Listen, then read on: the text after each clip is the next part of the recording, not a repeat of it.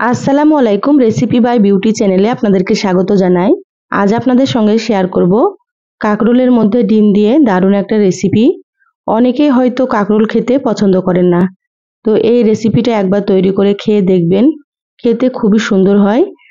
আশা করছি আপনাদেরকে রেসিপিটা খুবই ভালো লাগবে, তো অবশ্যই স্কিপ না করে পুরো রেসিপি দেখে নেবেন। তো চলুন কথা না বাড়িয়ে রেসিপি শুরু করি। এখানে দেখুন কাঁকরোল কেটে নিয়েছি। তো কাঁকরোলগুলো হালকা মোটা রেখে এইভাবে গোল গোল করে কেটে নিয়েছি। আর কাঁকরোলের আমি বীজগুলোকে ফেলে দিয়েছি, আপনারা চাইলে বীজগুলো রাখতে পারেন। আপনারা এইভাবে গোল গোল করে কেটে নেবেন। আর এখানে আমি 250 গ্রাম মতো কাঁকরোল নিয়েছি। আর এখানে নিয়েছি একটা ডিম। তো আমি এখানে একটা ডিম দিয়ে তৈরি করব।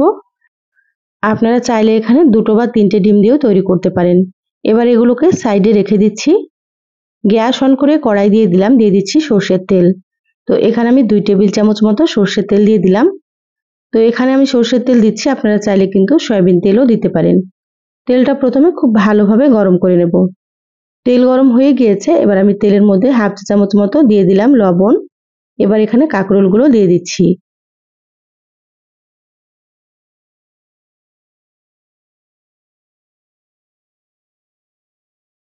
সম্পূর্ণ কাঁকরোলগুলো দিয়ে দিলাম। এবার আমি এখানে দুটো আলু কেটে নিয়েছি। তো আলুগুলো আমি কাঁকরোলের মতো করে কেটে নিয়েছি। এখানে আমি আলু দিয়ে রান্না করছি, আপনারা চাইলে কিন্তু আলু ছাড়াও রান্না করতে পারেন। সামান্য পরিমাণে একটু দিয়ে দিলাম হলুদ গুঁড়ো। এবার গ্যাসের আঁচ বাড়িয়ে কাঁকরোল আর আলুগুলো খুব ভালোভাবে ভেজে নেব। একটু সময় নিয়ে সুন্দর করে লালচে করে ভেজে নিতে হবে। তো যারা ভিডিওটি ইউটিউব চ্যানেল থেকে নতুন দেখছেন, প্লিজ চ্যানেলটা সাবস্ক্রাইব করে চ্যানেলের সাথেই থাকবেন।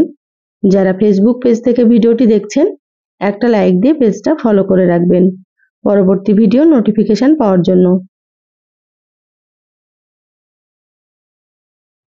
দেখুন আস্তে আস্তে কাঁকরোলের কালারটা কিন্তু অনেকটাই চেঞ্জ হয়ে গিয়েছে। এইভাবে আপনারা একটু সময় নিয়ে ভেজে নেবেন। কাঁকরোল আর আলুগুলো ভাজতে প্রায় 6 থেকে 7 মিনিট মতো সময় লাগবে।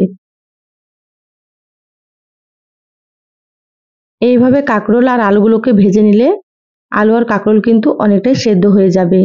দেখুন সুন্দর কালার চলে এসেছে, আর আলুগুলোও কিন্তু অনেকটাই সেদ্ধ হয়ে গিয়েছে, কাঁকরোলগুলোও সেদ্ধ হয়ে গিয়েছে। এবার আমি প্লেটে তুলে নিচ্ছি। আপনারা এইভাবে লালচে করে ভেজে নেবেন, তাতে করে রেসিপিটা খেতে অনেক বেশি ভালো লাগবে।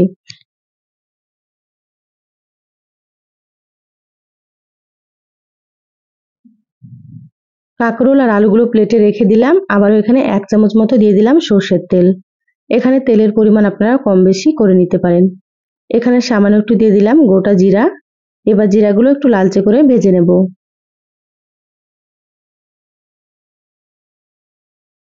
দেখুন জিরাগুলো ভাজা হয়ে গিয়েছে, এবার আমি এখানে দিয়ে দিচ্ছি পেঁয়াজ কুচি। তো এখানে আমি মিডিয়াম সাইজের দুটো পেঁয়াজ কুচি দিয়ে দিলাম। পেঁয়াজের পরিমাণ একটু বেশি দিলে খেতে অনেক বেশি ভালো লাগবে। এবার নেড়েচেড়ে পেঁয়াজ কুচিগুলো হালকা করে ভেজে নেব।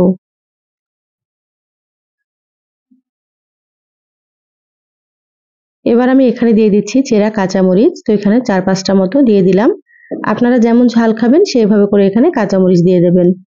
কাঁচামরিচ দিয়ে আবারও খুব ভালোভাবে একটু নেড়েচেড়ে ভেজে নিচ্ছি।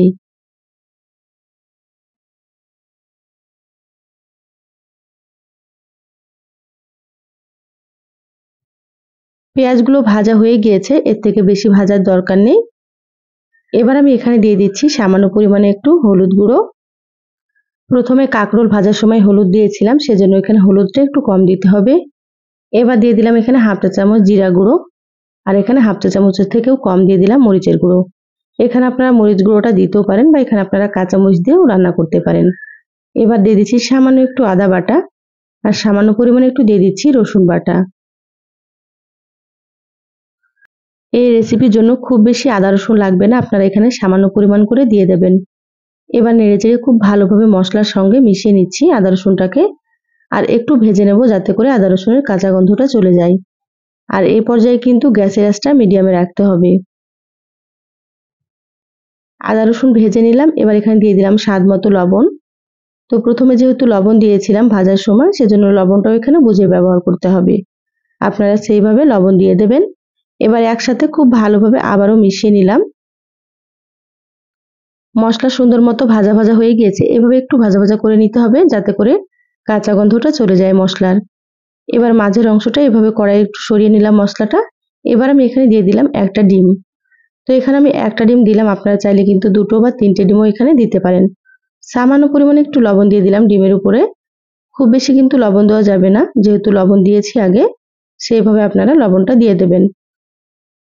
এবার ডিমটাকে সুন্দর করে ঝুরি ঝুরি করে ভেজে নেব। এই পর্যায়ে আমি গ্যাসের আঁচটা মিডিয়ামে রেখেছি। এবার মশলার সাথে ডিম ভালোভাবে মিশিয়ে নিচ্ছি। ডিমগুলো হালকা করে ভেজে নিতে হবে, খুব বেশি কড়া করে ভাজা যাবে না। ডিম খুব বেশি কড়া করে ভাজলে শক্ত হয়ে যাবে, খেতে ভালো লাগবে না। তো সেই জন্য আপনারা হালকা করে ভেজে নেবেন। আর সুন্দর করে আমি ঝুরি ঝুরি করে নিচ্ছি, দেখুন এইভাবে করে নেবেন আপনারা।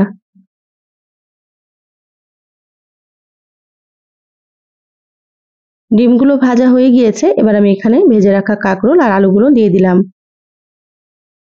একসাথে আবারও খুব সুন্দর করে মিশিয়ে নেব। আমার চ্যানেলে আরো অনেক রেসিপি আছে, চাইলে আপনারা কিন্তু রেসিপিগুলো দেখে নিতে পারেন।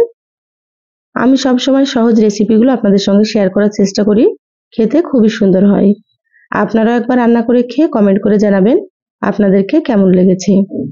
দেখুন কাঁকরোলগুলো সুন্দর করে মিশিয়ে নিয়েছি। এবার আমি এখানে সামান্য একটু পানি দিয়ে দিচ্ছি, খুব বেশি না, এখানে 3 থেকে 4 চামচ মতো পানি দিতে হবে। যেহেতু আলু আর কাঁকরোলগুলো অনেকটাই সেদ্ধ হয়ে গিয়েছে, সেই জন্য খুব বেশি পানি লাগবে না, আপনারা এভাবে 3 থেকে 4 চামচ মতো পানি দিয়ে দেবেন। আর পানিটা দিলে মশলাটা খুব সুন্দর মতো কাঁকরোল আর আলুর ভেতরে ঢুকবে। এবার ঢাকা দিয়ে 5 মিনিট রান্না করে নেব, গ্যাসের আঁচ লো আঁচে রেখে। গ্যাসের আঁচ কিন্তু বাড়িয়ে রাখা যাবে না, একেবারে লোতে রাখতে হবে। দেখুন 5 মিনিট পর ঢাকাটা খুলে নিয়েছি। পানিটা কিন্তু অনেকটাই শুকনো হয়ে গিয়েছে, আর কাঁকরোল আর আলুগুলো সুন্দর মতো সেদ্ধও হয়ে গিয়েছে। এবার আমি গ্যাসের আঁচটা মিডিয়ামে রেখে একটু ভাজা ভাজা করে নেব। যারা কাঁকরোল খেতে পছন্দ করেন না, এভাবে একবার রান্না করে খেয়ে দেখবেন, খেতে দারুণ হয়। গরম ভাত, রুটি, পরোটা সবকিছুর সঙ্গে কিন্তু খেতে পারবেন। দেখুন সুন্দর করে ভাজা ভাজা করে নিয়েছি, আর কালারটা দেখুন কতটা সুন্দর হয়েছে। এবার আমি এখানে সামান্য একটু দিয়ে দিলাম ভাজা জিরা গুঁড়ো। ভাজা জিরার গুঁড়োটা দিয়ে খুব ভালোভাবে আবারও মিশিয়ে নিচ্ছি। রান্নার শেষে ভাজা জিরার গুঁড়োটা দিলে ফ্লেভারটা খুবই সুন্দর হয় আর খেতেও বেশ ভালো লাগে।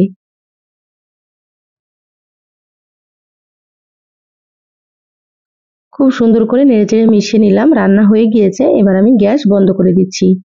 ঢাকা দিয়ে 2 মিনিট রেখে দেবো, তারপরে আপনাদেরকে আমি দেখাচ্ছি। দেখুন 2 মিনিট পর প্লেটে ঢেলে নিয়েছি, আর কতটা সুন্দর হয়েছে, মাশাআল্লাহ, খেতে ভীষণ ভালো হয়। আপনারা অবশ্যই একবার হলেও রান্না করে খেয়ে দেখবেন, বাড়ির ছোট থেকে বড় সকলেই কিন্তু খুবই পছন্দ করবে। তো এই সহজ রেসিপিটা আপনাদেরকে কেমন লাগলো চ্যানেলের কমেন্ট বক্সে কমেন্ট করে জানাবেন। সবাই ভালো থাকবেন, সুস্থ থাকবেন, দেখা হবে আবারও কোনো নতুন রেসিপিতে। ধন্যবাদ সবাইকে। আল্লাহ হাফিজ।